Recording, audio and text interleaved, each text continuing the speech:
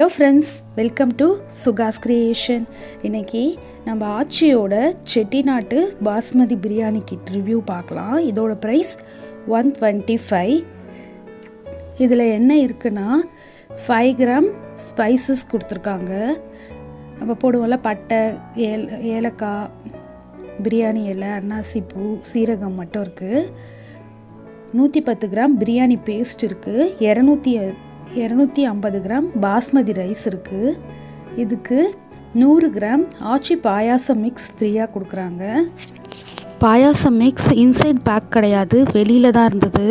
ரைஸ்லாம் நல்லா குவாலிட்டியாக தான் இருக்குது. பேக்கிங்கும் ரொம்ப நல்லா இருக்குது, எதுவுமே லீக்லாம் ஆகாது, ரொம்ப நல்லா இருக்குது. டபுள் பேக் பண்ணியிருக்கு.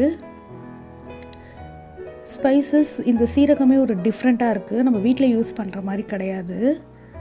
எப்படி பண்ணுறதுன்னு பார்க்கலாம். ஃபஸ்ட்டு பாஸ்மதி ரைஸை நான் பிரித்து கொட்டிக்கிறேன். அதில் எனக்கு ஒரு 4 கிராம்பு இருந்தது, அதை நான் எடுத்து வச்சுட்டு ரைஸை நான் நல்லா கழுவி அந்த தண்ணியிலே கொஞ்ச நேரம் அப்படியே ஊறட்டும்.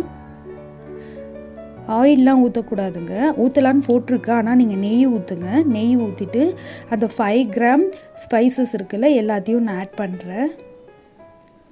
இது என்ன சீரகம் டேஸ்ட் வரும்னு சொல்லிட்டு நான் சீரகத்தை கொஞ்சமாக போடலாம் தான் எடுத்தேன். ஆனால் இது வேறு மாதிரி சீரகம், டிஃப்ரெண்ட்டாக இருக்க மாதிரி இருந்துச்சு. அது மட்டும் இல்லை, அது ஸ்மெல்லும் வேறு மாதிரி இருந்தது. அதனால நான் எல்லாத்தையுமே போட்டுட்டேன்.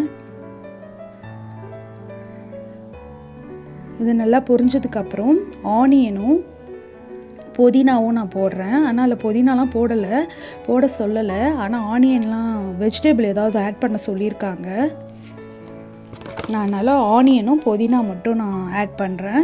ஆட் பண்ணிவிட்டு நல்லா ஃப்ரை பண்ணதுக்கப்புறம் சிக்கன் 1/2 கிலோ சிக்கனுக்கும் கொஞ்சம் கம்மியாக தான் நான் போடுறேன். பிரியாணி டக்குன்னு செய்யவே தெரியாது அப்படின்றவங்களுக்கு இது ஒரு நல்ல ஈஸியான மெத்தட். நல்லாயிருக்கு. ஒரு 2-3 மினிட்ஸ் சிக்கன் நல்லா சுருங்கினதுக்கப்புறம் பேஸ்ட் ஆட் பண்ணலாம்.